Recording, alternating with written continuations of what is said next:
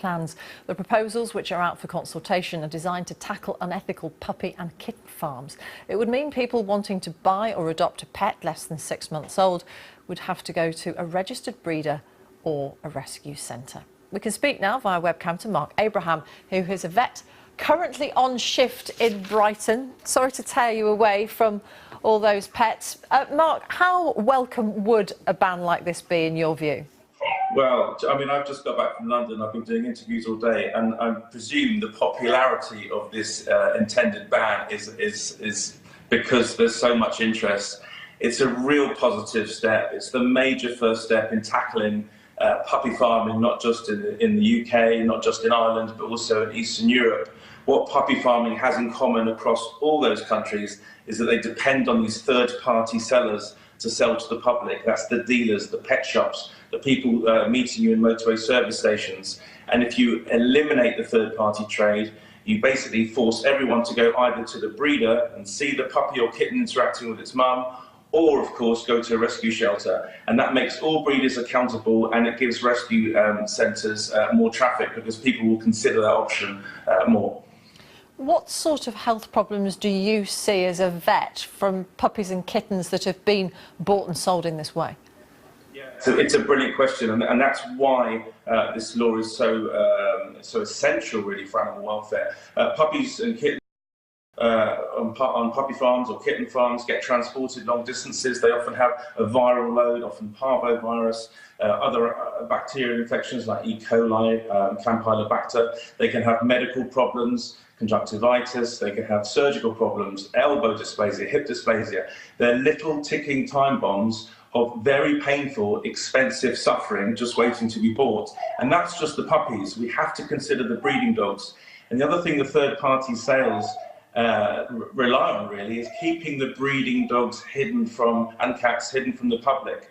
And that's why the breeders don't want puppies and kittens to be bought from the premises. They want them to be brought remotely so the suffering can continue behind closed doors. The breeding bitches themselves, they have womb infections, mammary tumours, endless cesareans. They're inbred. They're kept as farm animals on straw, sawdust. So there's so much suffering going on with the third-party puppy trade.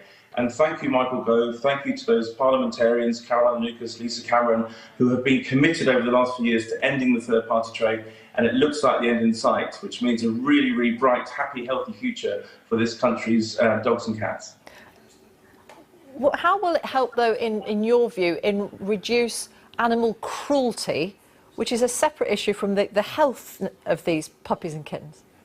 Well, not really. The health and the cruelty is very connected, because if animals are neglected and they're abused and they're exploited and they're mated on every single season, of course their health suffers, and of course bitches that are stressed give birth to ill puppies. So it's all connected. So the more abuse, the sicker the animal. So of course, if you bring the abuse to the fore and you don't give these guys anywhere to hide, i.e. you're making every breeder and anyone selling in the business of selling dogs and cats for a profit accountable, there's transparency. So if there is a problem, you know exactly who to go back to.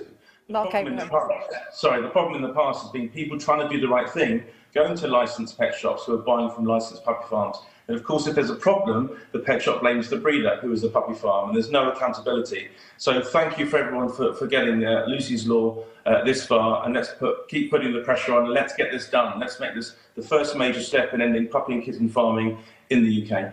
Marc Abraham, thank you very much. Let's take a look at the weather forecast now with Ben Rich.